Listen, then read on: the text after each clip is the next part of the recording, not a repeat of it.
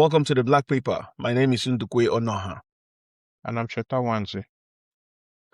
Cheta, it's been an interesting time, an interesting few days, hasn't it? Yes, it has, especially for those of you in the Labour Party. You guys are having a lot of fun, aren't you? Well, I won't. Look, we want to talk You about. don't want the whip taken away from you. Man, I think the problem is not even the whip being taken away. Is who is taking the whip, who's giving the whip. I don't think. I don't think anyone's even in the mind to whip or not whip because everyone's just trying to get the house in order. It's been quite interesting. And the one person who's really enjoying her time now is Kemi. Yes, she's having fun. I saw, although I only watched this very, um, basically yesterday when they were having the thing in Commons where Stammer was doing all the mea culpas. She Mhm. stood up and had some fun at his Nah, expense. And I mean, you can't begrudge her that level of fun. It's only right that she has it. Or don't you and I, think so? I'll tell you what surprised me yesterday. And whoever advised her, well done. And she who took the advice, well done. She didn't. There was a time when she almost did the Kemi thing of like the schoolyard insult, but then dialed it back. So She appeared a lot more reasonable yesterday, and I think that didn't give Kirstama any wiggle room to to show how. wiggle himself out of to do the loyalty thing. No, it's not He, even the he, loyalty he thing, but you know what he normally does at PMQs, where he makes where it he look where like he she where hasn't he read the makes brief. yeah, where he makes her look silly. Yes, he couldn't. Yes, he And he couldn't because couldn't. she was well behaved. She was well behaved, she was well briefed, but just as importantly as both, so both worked in her favor. But just as important is the fact that he's in a lot of trouble. Mm. And I think that is where we should actually start. Um, there are local elections coming up in just over 2 weeks. Um, and you're not up for election, no? Are No, you? no, no, No. we're not in Yeah. Dowdy, no. Yeah, but in so many of the other places, I think it's 361 councils out of I don't remember Oh, the exact and number. and all of London is up, so that Yes. should be I it's going think to be Labour a is testing ground. Labour is going to take a shellacking. Um and I think a lot of it is because of Keir Starmer. Um so now because where he's lucky is that it is not a parliamentary election. So the prospect of him being kicked out of power by the electorate does not exist at this point.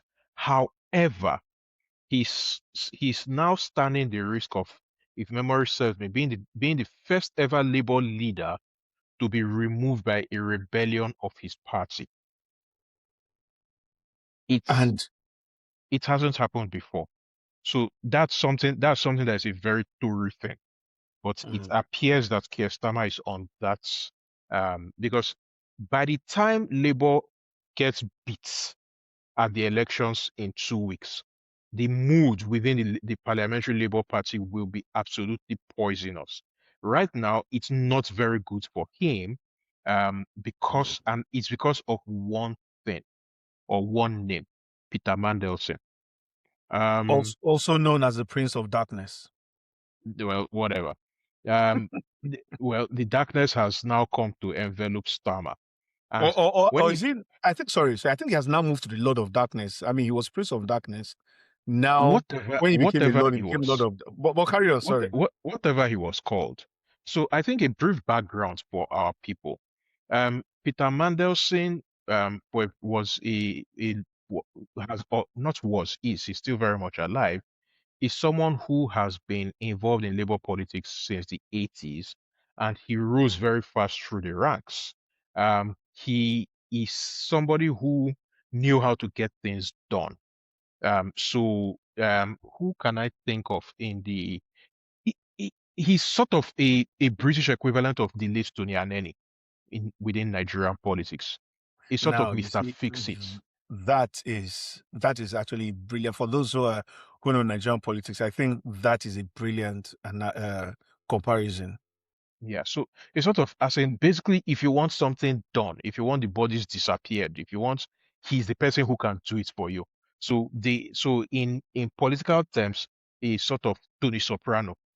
Um Now he he had retired from frontline politics during the last Tory when the Tories were in power over the last 14 years. But when Keir Starmer became prime minister, Keir Starmer faced a problem.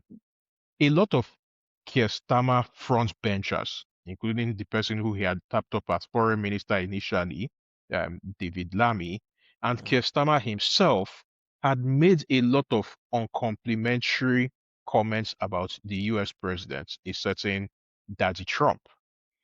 And they had that problem. They needed somebody who could quote and unquote smooth the waters in Trump land. And somebody came up with the brilliant idea of getting Peter Mandelson involved. Bear in mind that Peter Mandelson, everybody knew, was a friend of a certain late fixer called Jeffrey Epstein. So eh, Mandelson and Epstein were close. I mean, Mandelson's name is all over the Epstein files in America, and there are pictures of Mandelson in boxers. Now, there are no pictures of Mandelson with young girls in the Epstein files because Mandelson is gay, It is gay, yes. and everybody knows that he's gay. And in this part of the world, unlike in other parts of the world that will remain unnamed, being gay is not a crime. So Mandelson is in the Epstein files, and there are pictures of Mandelson in boxers, but there's no scandal with respect to Mandelson and young girls, unlike certain other people who shall be unnamed. Anyway, the bottom line is when the brilliant idea came up to appoint Mandelson as the ambassador to the United States, everybody and their dog and Larry the cat agreed that it was a brilliant idea because they were like the thinking was, oh, you need somebody that can speak Trump to handle Trump. You need somebody who operates at the same level of sleaze so that Trump will be like, oh, this is a kindred spirit, and he will he would like the person. And to Mhm. be fair, it worked for a while. It worked for a while until that big dump of Epstein files came a couple And of months ago.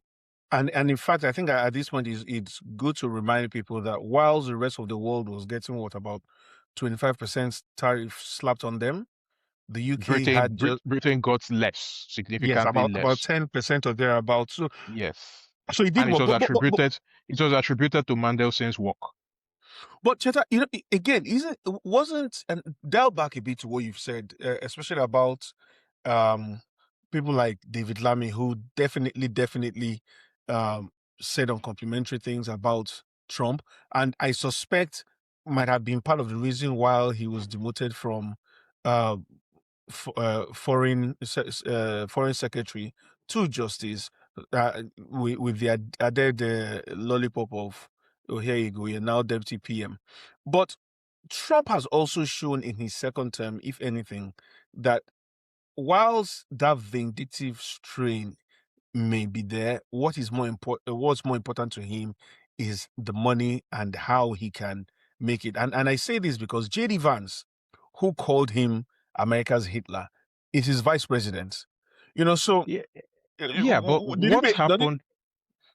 So yeah, what did it make happened with sense? people? Sorry, did it make sense to read it that you need someone who speaks strong because he would not have gotten along with David Lammy and the rest. But the man who called him Hitler, he ran with him as his vice president. So uh, when people say Mandelson was almost inevitable, a choice, was that the case? No, it was not the case. So basically, You can't with David Lammy, you cannot remove the whiff of racism in all of in the Lammy discussion. David Mm, Lammy is black. Trump does not rate black people, however way you look at it. So it was already now. Bear in mind that David Lammy was Keir Starmer's shadow foreign secretary for pretty much since the beginning, and I mm, struggle to remember. I don't think he was shadow foreign secretary during Jeremy Corbyn's time, but he was definitely shadow foreign secretary for all of Keir Starmer's tenure as leader of the opposition. So he was always going to be the foreign secretary the moment Starmer got into power. So so they needed somebody that would be able to quote and unquote smooth the relationship with Trump. And also bear in mind that the British do not like to admit that they are vassals to the United States, but they are.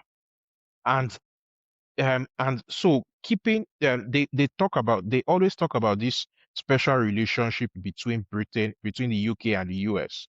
mm, And the Americans never talk about it, but the British do. So it is in Britain's national interest to basically keep America sweet. And keeping America sweet involves, at this point in time, keeping Trump very sweet. mm, So it was very important for them to do that. And again, as we've just said a few minutes ago, it worked for a period. It really did work. mm, What's happened after? I mean, Mandelson was still in play, was still doing his thing when the Epstein files scandal broke. yeah. When that dump came up, and then his name was all over it, which is the reason why he was fired.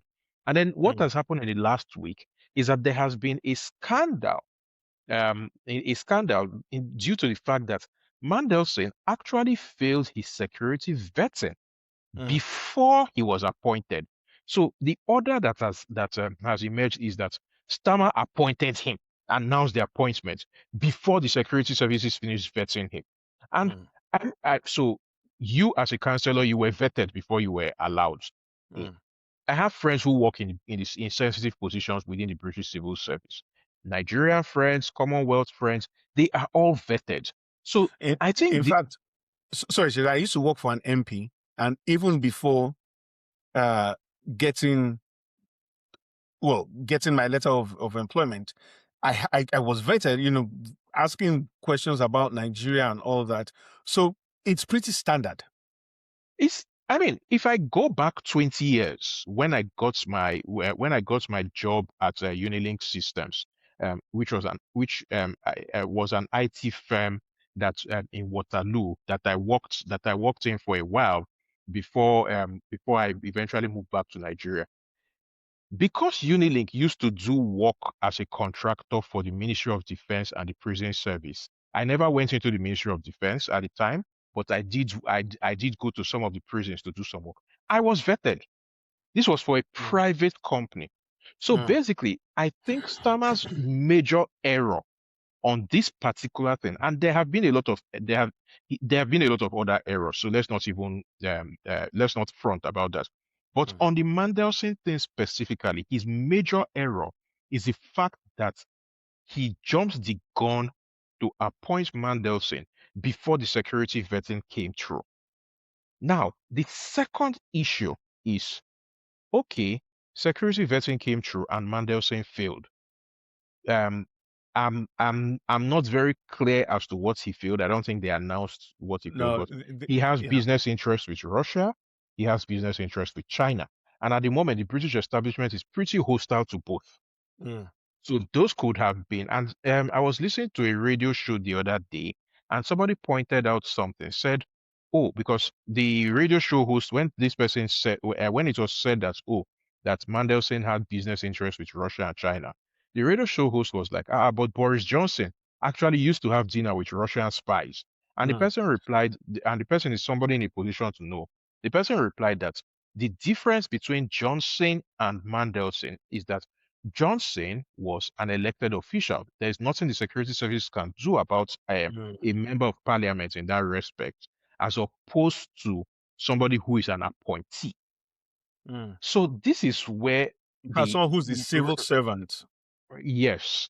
So this is where we now have I don't know if confusion is the right word, but this is where there's a problem for Starmer. Mandelson failed the security vetting. Starmer claims he was not told. So Well, it's I that's what he sorry. claims. He claims he No, no, was not no. told. Yeah, so That I think what he has done, sorry, Tita, what he has done is to look at procedure, and I think that's also part of where the problem is. To say procedurally, he shouldn't have been told, because there's a clear line of division between, of course, politics and uh. I'm sure you see how deeply No, my no, no. eyes are rolling Yeah, in my head. I'm not making. No, I'm not No, making I know you're an not excuse. making it up. I Yeah, I and so I'm the saying point. that's his argument. The procedure, And but they're in politics. that is part of what people are holding against him right now. Mm. With Starmer, there always seems to be an excuse, a reason, something, oh, it is not my fault. He does not appear to ever take responsibility for anything. And that is, people are actually very, very unhappy with him. And remember, on this podcast, at least two times or three times on this podcast in different episodes, I have said that one of Stammer's big problems is that to many people he appears to stand for nothing. Mm. and Iowa. and and it's also quite interesting, this whole saga, because again, to push back on the idea that you won't go back to the to premise that Trump needed someone that could speak his language, so to say. When you look at the whole thing that has happened, the, Peter Mandelson, since when he was sacked, you get to realize that there was a thread, because when you started speaking, Cheta, you said he's the OG fixer. He's the guy who brought Labour into power in '97, after many years of being out of power, and then the new Labour brings Tony Blair I in. I hate to He's credited attribute with that. godlike powers. What I would rather say is that he was Instrumental. instrumental. Okay, good. Okay, Yeah, so but no being Juam. nobody. Oh, definitely. There were activists on the ground and all that. But in when you come to like labor law, they were like, okay, well, this guy was very instrumental. So much so that having he's had to resign from government twice before now, because at every point, whenever the government finds itself stuck, they're like, you know what, we need Mandelson. And Mm. when you look at his protege, who is Morgan McSweeney, Mor who sorry, yeah, Morgan. No, I yeah, was oh yeah, echoing what you were saying. okay, who's Morgan McSweeney, who's also another person that has been given this sort of almost maybe not godlike, but almost some saint-like thing in the right on the right of the Labour Party, saying, "Oh, he was the one who turned the party around, who brought Stammer." This man was coached by Mandelson. So at one in one thinking of this thing, and in fact, I don't remember the member of parliament that raised it yesterday. Wasn't this a way of paying back the person who was in one way or the other instrumental through Labour Together, which was a think tank that Morgan McSweeney was a part of, to pay them back for bringing this government to power?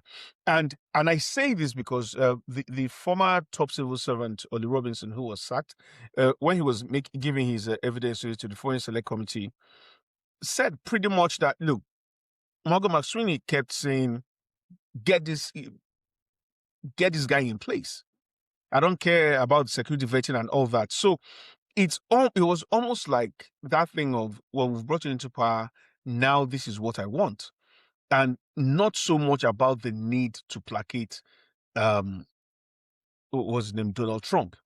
So is it again, as we've seen before, an infighting in Labour?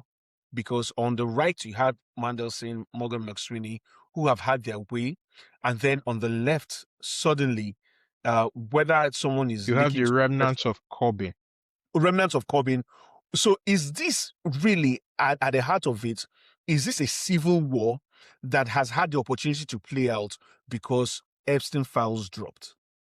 So it's a little bit of both. I think it's important to point out that ever since the coup, what was effectively a coup that removed Corbyn from leadership of the Labour Party, and we were both still in Nigeria at the time. So these are events before our time Mm, in this mm. country.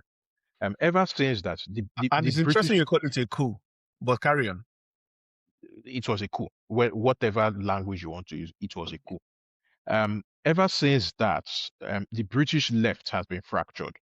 Mm, And Stammer, who was on record as calling Corbyn his best friend, and then who went on to deny Corbyn in order to become leader of the Labour Party, has been seen by the far left of British politics as the ultimate traitor.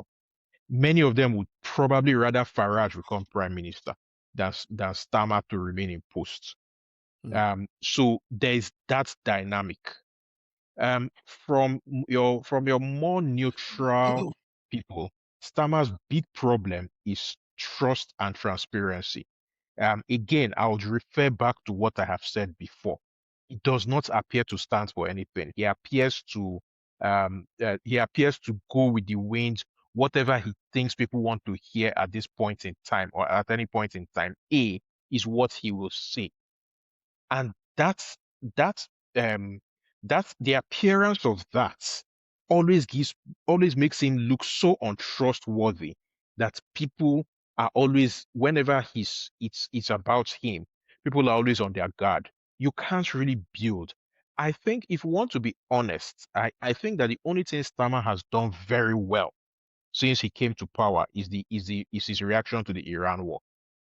Mm. That's the only thing that you can't that it's difficult to say that he has that there's been one comma. Every other thing that Starmer has put his hand in since he came to power, there has always been a comma.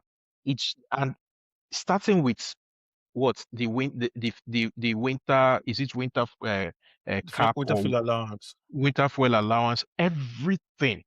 There, I struggle to think of anything that he has done since he came to power that has not been second guessed by everybody, or well, not necessarily everybody, but by a Well, lot of people. the banning of underage smoking, the workers' right, the renters' right. I think those things did not The have the so the much the renters' pushback. rights, the renters' rights in actually has quite a lot of pushback. No, no, It's but no, but it, when I say pushback, rather, okay. So let me say it. Where I'll give you when you say that a lot of things that he has had come out was because you had, even within the party, there was some rebellion, like with the Wintersville Alliance. However, with the things like the workers' right, these were more more more than any more more than appeal to any the prime left. minister Mm. more than any prime minister on the quit, Starmer has had to use the whip to get his Oh no, people oh in no, line. no, of course, and this is when you look at some of the big cause, like the again, like Winterfield allowance, like the two I child mean, look at benefit, how look the at how cuts to afraid benefit. you So are those of ones. criticizing him. No, no, no, no, no, no, no, no. No. What I've said is this: when you look at Unzukwe, see the grin on my no, face. no, I'm teasing you. Ah, no, haba. no, you're the resident Tory now, so you have to do it. No, but no, and I was agreeing with you. When there were some calls that he's made that they've not had pushback from the Labour Party, but things like yes, Winterfell allowance, two child benefit, they've been threats of rebellion. Even with the immigration, the change in immigration rules, there's that threat of rebellion from the backbenches. So yes, those he has had to use a whip on, but there were a few And things that you and can and say. that is my overall point. My Mm, overall point really is this. If very early in your premiership, you are mm. already having to whip your party members into line, you have a problem. And And that problem and will you know, only grow. See, there's there sorry, see, no, but you know, have you seen wait, Ndukwe, have you seen mm, the movie Syriana? no, Okay, you should find that film. It's about global geopolitics. I love it.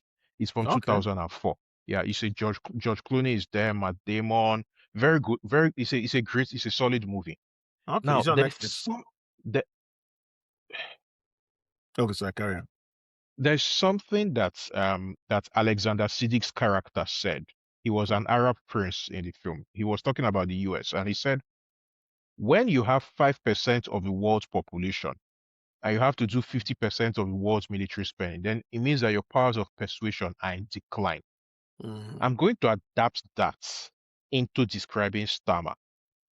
When you have to, from day one, you have when you have a super majority in parliament, but you have Mm-hmm. to from day one whip your party members into line to get some of your most basic, what's the word? Why is it Policies. resolution that is no, it's not legislation here. For some Okay. reason, resolution was entering my head. I don't know why. When you have to whip your party members in line to get some of your most basic fundamental legislations over the line, then it means that you already have a problem. It means that And, your powers of persuasion are in decline. And when you have to use force, and this is an mm, iron law of politics, mm, when you have to use force to push everything, you will get rebellion, and over time those rebellions will only get bigger. You mm. may be able to, on account of the sheer amount of force of a coercive tools that you have, you may be able to create an illusion of pacification. But trust me, you will eventually see that people will come after you. And do you know what's even more interesting? What you've said now. There are members of parliament who, a lot of them, this is their first time, or who are called stormtroopers because they were supposed to be, for lack of a better phrase, built in the image of Starmer, because he was one that brought them into politics. So to see this deployment of the whip hand, or of the whip rather, on stormtroopers is quite interesting. Um, but I think I don't know what happens next because this whole Mandelson thing, Mandelson in Igbo, there's a phrase, over in cinema UK, which means, God, I don't know how to say this without being indecent. Well, you know what? Let me use a different phrase. Ah, ah, uh, uh, okay, so when there's this proverb that says that when the palm oil touches one finger, it will stain the rest. Aha, I think that's a better phrase. Um, but I think that's what You Mandel have said. you have also that's I have all sorts of images of loose women in my head right now. Oh my lord! But I think with Mandelson, that's what he's always been, that palm oil on one finger. That whenever he walks into any Labour administration, he manages to smear Yes, but every yeah, administration, I and agree with this, but I think it's to be fair to Stammer, if such a thing is possible, it's important. And for the sake of fairness, it is important mm, to point out that when Mandelson was appointed, everybody every across the even political even spectrum, even Nigel Farage. everybody from the Daily Mail to Nigel Farage to, I think the only person who did not praise the appointment of Mandelson was Rupert Lowe Mm, and Zach Polanski. I think those were the only two. mm. Every other person was like, yes, this is a great appointment. So So so was it's it because they were and again that's also another because there was a question, general consensus. There was a general like consensus that to pacify Trump. Trump is a problem. So you need somebody that can speak Trump to talk to Trump. There was that general consensus. Mm, mm. So it is Well, dishonest of people to now suddenly turn around and pretend as if they knew that he was a problem all along. yeah, which is why I think this whole the strategy of basing this recent attack on Stammer on the security vetting is in is smart. And this is not me saying that, oh, look, give these guys a thumbs up for threatening to torpedo a Labour government. But when you look at it from politics and just purely politics, it's smart to remove the focus from the person and focus on the process that was not passed. Even though people will tell you, uh, when what's his name? In fact, I saw something that when Theresa May appointed Boris Johnson foreign secretary, Boris Johnson failed the security screening. But if you're going to get pushback on that, you say, yeah, that was the Tories, and we came into power saying we were going to change things. And I think so that's Stammer's fundamental problem. He came yes, into power promising a cleaner government, only to come in and there's scandal all over the place. yes. So And he Cheta, never seems to be responsible. let's go for a quick break, and when we come back, we'll look at this Mandelson's palm oil stain and what it means for our community. No wahala.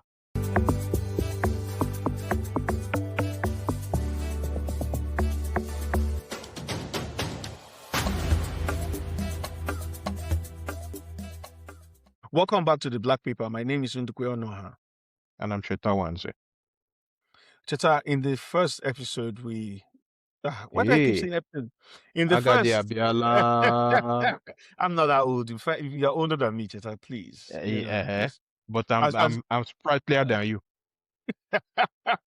but you can imagine it's been a tough week for us labor folk. So please forgive me for any mistakes I make. It's not the best of times so far with you Tories and the right wing press milking I'm this not a whole member of madness. any party.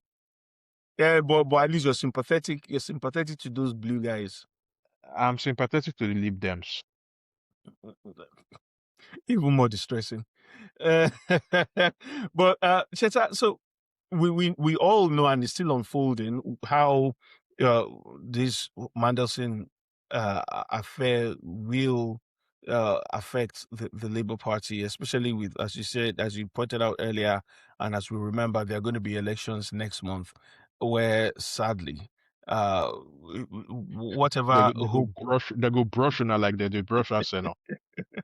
Yeah, well, interesting, and it's interesting that both colors are red, and it's even even more interesting. That the people brushing Arsenal them is are blue. Kirstama.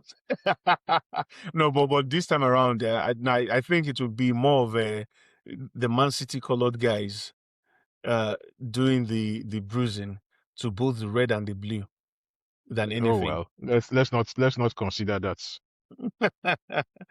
But just that, what does, if anything, what does this mean for our community? Because sometimes politics and things like this, Peter Mandelson, Kirstama, security vetting, and all that can seem like a distant concern when all you're doing is trying to go to work, put the shift in, get your leave to remain, if that's what you're pursuing right now. How on earth does this concern us? So I think the first impact really is something that I have been worried about, and I've mentioned as much. Um, if uh, if Kirstama falls, it will not be long before the country will be forced to have another election. And the so even though reform has peaked, mm, the lagging effect has not yet filtered through. So what that means is if there's an election now, reform will still do very, very well. And that will have an effect, a very negative effect on our community. Um, so from the point of view of the interest of African heritage communities in the UK, it is important that Stammer does not fall right now. That's very important. He can take a beating, that's fine, but until for in from my point of view, for another 6 to 12 months, we don't need Stammer out of there because we need that time for lagging effect to come through. Reform are already biting themselves at the bit in various manners. But again, these things are always about lagging effect. It will take some time.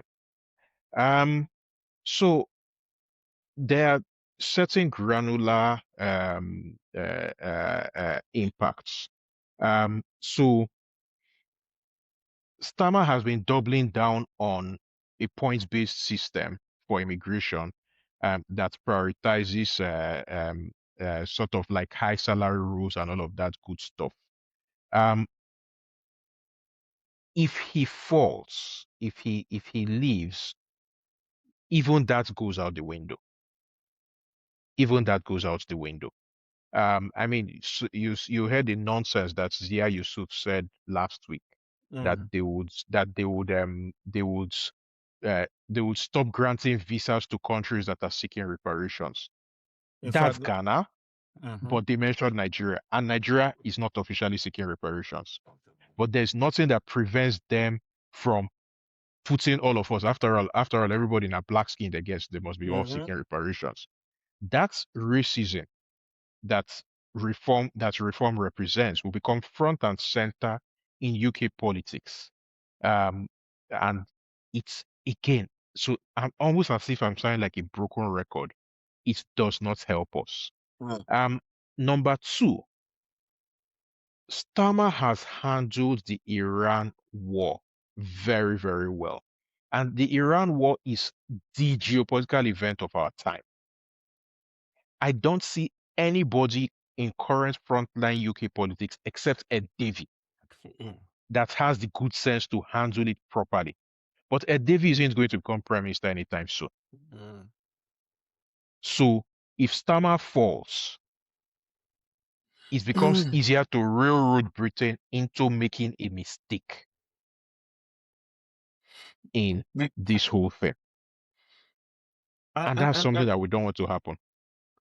and we've seen the likes of, even though they're trying to roll back now, Kemi and Farage, uh, they've been so hot on Trump's tail that we know they'll roll over and do whatever he says. But that's even for the geopolitics part. Domestically, I think there's a message to be sent um, through to Labour, wherever there are Labour MPs. They need to know that they have to hold uh, their their nerves, because what we see happen a lot of the times, and I've witnessed this. There's nobody that does puritanism, as it were, as much as the Labour Party. There's always a someone who's ready to say, "Oh, well, you're not living, up to these values. You're not pure enough, and then you're not left enough, or you're not centrist enough." And even though the Labour Party doesn't commit regicide like the Conservative Party does in terms of removing leaders, what we tend to do a lot is to make life unbearable for whoever is there. That's one thing. But the other thing is also, we don't tell a good enough story. We've not been telling a good enough story about what really has been going on with these governments. So if I was to advise, for the sake of our community, if I was to advise Labour MPs, I'll say, for goodness sake, man, hold your nerves, because the last thing we want, as you've said, is another election. But excuse me, even that, the last thing you want, even more than another election, is a leadership tussle right now within the Labour Party, because you are going to have the factionalism, sadly, is going to be such that we will be so we will be so focused on tearing ourselves apart that you would see reform come into power. And we've seen the poll lead is it's scary right now. Reform, yes, they've peaked, and they're gradually climbing down. However, it seems that the rest of the country has, if they've not forgiven the conservatives, they've at least forgotten. So you have the reform in all the polls that we're seeing. Reform is tops. You have the conservatives, you have the Greens, then you have Labour somewhere fighting with the Lib Dems when Well, first things first, you have to understand Labour is one in power. Mm. So they would always face the music, they will face the rough end of the stick. Mm. Secondly, and I think this is very important, is that Kemi has improved tremendously. She That has. cannot be taken away from her. She has improved tremendously, and at the same time, working in her favor is the fact that there's the appearance that some of the more toxic people within the Conservative Party have now left and gone over to Reform. Mm. That actually works in her favor. Um, so, but Sorry, yeah, I remember she said Reform helped her do the spring cleaning. That was a good line. yes, yeah. I mean, so however way you look at it, it actually does work in her favor. Mm. But the key thing again, I'll repeat what I said earlier, is the fact that the lagging effect has not yet taken hold. So if for some reason there's an election, a general election today, Reform gets into power. It's just Mm. that simple. Somehow the system has to figure out a way for Stammer to remain in place for the next, because that revolving door thing that the Conservatives did, where you had David Cameron was one who was elected, he resigned, and then Theresa May came. She was pushed out eventually, although she did win an election along the way. Then Boris Johnson came. He also won an election along the way somehow, but then he was also pushed out because of scandal. And then we had Liz Truss, absolute disaster. I mean, she didn't last as long as a lettuce. Then you had Rishi Sunak, and all. It's that kind of thing just will not happen with Labour. It's just the Labour Party does not have the latitude for that to happen. Many people in the left always forget that the media Mm. landscape in this country, for a start, is right-wing oriented. Mm-hmm. So if Labour tries to pull that kind of nonsense, they will be eviscerated without any doubt. And They and will and be completely eviscerated. uh, So and So and, and, Iowa, and once again, yeah, Zebediah.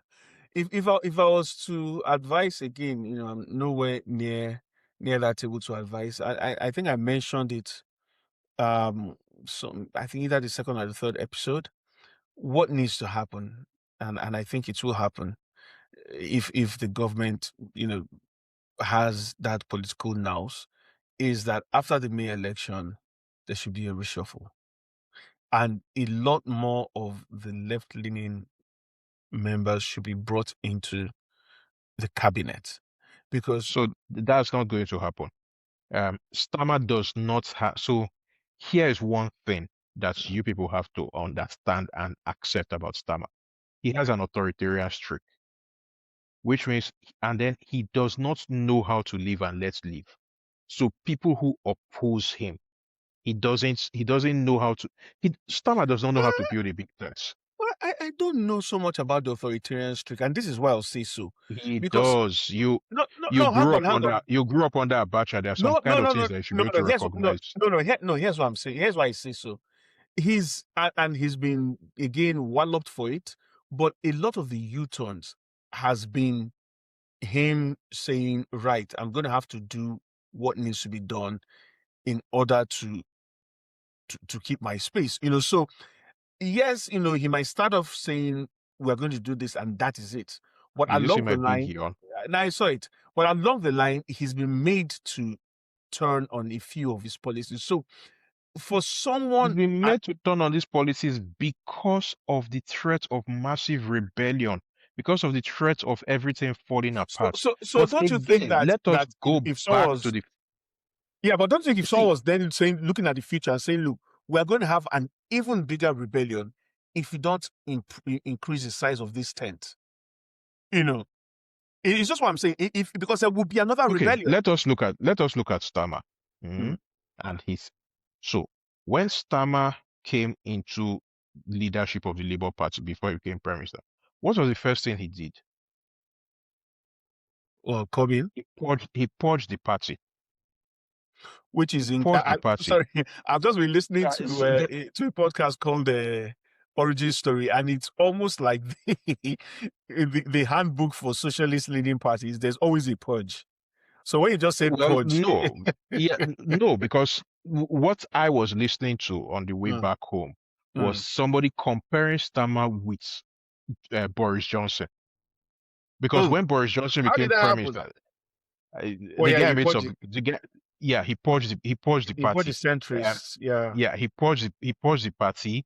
um And the person also pointed out that Stammer has not been the most honest person, which I mean Boris Johnson is quite dishonest. I think it was a bit of a No, stretch. No, I yeah, think it no, was a no, bit that of a by God, stretch to that's it. say, but And I mean, he combs his Stammer hair. has not been the most honest. Anyway, the point is, Mm. the point is, Stammer. I've forgotten what was I even talking No, talking about? about the big tent, about his, you were arguing that he couldn't put the coalition Yeah, together. he's not. He's not. So he has that my way or the highway kind of attitude. Mm? It's there. And that could hurt him. In short, that will hurt him in the long term because as time goes on, and again, you can't ignore the fact that he came in and he almost immediately began to whip his people into line in order to get legislations. There will be more rebellions. And so There will be a lot more rebellions. some may argue, that was more Morgan McSweeney than Kirstama. It And doesn't Morgan matter. McSweeney has left. So no, It doesn't matter. what I'm saying, and I've seen this, to be fair, I've seen this. I've seen a few chiefs of staff who seemed to have wielded an incredible amount of power that makes you wonder, hang on, who's the boss here? Who was the chief And of staff under who was the chief of staff under Sani Abacha? well, yeah, yeah, Who was chief of staff under Ibrahim Babangida? yeah, but Okay, isn't isn't it isn't it a stretch before though? they say I'm comparing Starmer with dictators because that's what you want to Uh-huh. say that it's a stretch. Yeah. Who was the chief of staff under Olusegun Obasanjo? So Who was the chief of staff under Omar Yar'Adua? no. Okay. Again, I think this is why I Who think was it's a chief of staff stretch. under Goodluck Jonathan? No. But so this is The why I think point it's a I'm stretch. making is Yeah, they are comparing when you democracies that act like a military dictatorship no, with at least under Goodluck Jonathan, Nigeria did not act like a military dictatorship. yeah, The but point how so many who House was members chief of could staff? rebel? Who was chief of Oh, they rebelled. I mean, don't you remember Gbajabiamila climbing fence in the National Assembly And for a start? Saraki. The point Uh, I am making is when you are saying, oh, it is Morgan McSweeney, it is Morgan McSweeney, people do mm, not remember who the chief of staff was. mm. The buck, ultimately, and this is where Stammer has Of let course. himself down. Mm, The mm, buck stops at his table. mm. And the fact that he has been dodging responsibility repeatedly is what is likely to lead to his downfall. And what I am saying is that we African heritage communities are in a bit of a tight corner because if Stammer falls, I don't see Labour lasting that long after his fall. So in And if fact, Labour does not last long after his fall, so it depends. It depends on when he falls. If Labour lasts, if Labour is out of power by the end of this year, we're mm. in trouble. We are in Okay, trouble. so now I'm going to take you back on something which is quite interesting. So you can draw the line, really the starting gun to whether Kirstama stays or remain. And there's been many starting guns in the past. But let's say in this time frame, the starting gun is May, the May election. So if that is the starting gun, um, that means if Labour loses too many seats, because right now Labour is projected to lose about 2,000 seats, but if it loses more than that, Labour members of parliament are going to get jittery. They are going to want to remove Yes. him. So, but that means if you're saying to our community, uh, don't let these guys start running around looking for how to change this thing, would you then say, because I know I've had a lot of people say to me, we're never going to vote Labour again. But if you look at the real politics of it, does it make sense to say for for the future that we're trying to for a future that we're trying to not let happen, don't get So scared right now and then go in vote another terms party. of in terms of honest, so it 2 weeks ago, Mm, and I think I was very clear that I would vote for the Greens. mm, Mm. But in terms of real politics, now that the shit has hit the fan, yeah. if I were to give advice to our community, I would say rally behind Labour in this election. Luckily, it is not a parliamentary election, so it doesn't mean that you are voting for Starmer. But you are Mm. voting for Starmer in a way because it is imperative, in my own honest assessment, in my own Mm. assessment, it is imperative that Starmer does not fall at this point in time because that is what is in our interests. And So I would generally say vote for more Labour councillors so that the Parliamentary Labour Party does not get so jittery that it tries to remove Starmer. Because if it removes Starmer, the British public is not going to stand for the kind of musical chairs that the that is Conservatives put. Tories. We will have, yeah, the person who replaces Starmer will come under pressure very quickly to call a general election, And then, and that person is likely to lose. but conversely, though, Cheta, a lot of people say to me, and again, this is not me saying because I know a lot of people say, oh, of course, Nduku, you're going to say vote Labour because you're a Labour councillor. But a lot of people say, well, the Greens are saying the right things, especially when it comes to immigration. And which is why, like you said a few weeks ago, you said you were going to vote Green. So they're like, yeah, but why don't we vote these guys who are saying the things we want to hear? Because my answer to that is that so in 6 months' time, Mm. if the Labour Party is able to last for another 6 months, the Greens would have probably gotten strong enough to challenge reform. A. B, which is the more important bit of it, it will be clear to everybody that reform is past its sell-by date. It's not clear to everybody right now. Reform is past its sell-by date. Again, I keep using the expression lagging effect. It takes time. So basically, the best analogy I can give is we've all watched the movie The Matrix. Mm. Mm? In The Matrix, they were able to slow bullets down. It doesn't change the fact that the bullets had been fired. Mm. What just happened is that you are able to, either, however way you want to see it, either you're able to slow the bullet down or you are able to move faster than the path of the bullet. But the bullet has been fired. Reform's bullet has been fired. Reform has peaked and reform is on the way down. But it takes time for that effect to go through the system and for everybody to see very clearly that it has gone through the system. It's quite, in fact, talk about reform and their bullets slowing down. It was quite interesting to see Nigel Farage complain about X being toxic and rich. I'm like, are you mad? He's on the receiving end. It's just that simple. And he knows he no longer has Elon Musk's support, Yeah, so he can Elon so Musk he is now can going speak for Rupert Lowe. But anyway, look, Cheta, for now. for now, true. But thanks again for doing this because I think it's quite important to because sometimes we look at news and we're like, yeah, this doesn't concern me. But then breaking it down to see how Kirstama's fate is in one way or the other somehow very I'm looking for that word. Is it intricately? Yeah, intricately tied to us and how we do need to make sure that we are thinking with a more strategic hat on rather than just the emotion which I We're see infamous for.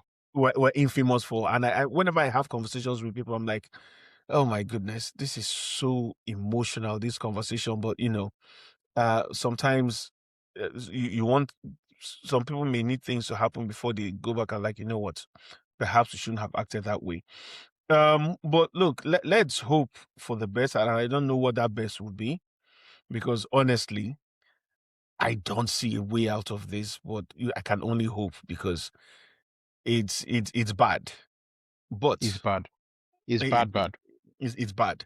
Um, but look, man, we'll still be here trying to analyze and trying to chart a way forward, and hopefully people listen and people make a strategic choice come May. So if you're voting, if you're and this is me now speaking as a Labour councillor on or if you're thinking of who to vote in May, think about the effect, the long-term effect of the decisions you're making now, because I tell you, reform is not good news. And if we divide the vote on the left and somehow let reform in, it's going to be a slow, painful march to Zia Yusuf living out his wet dream of just deporting anyone that looks like him. Good night, Chita. I'll be there soon.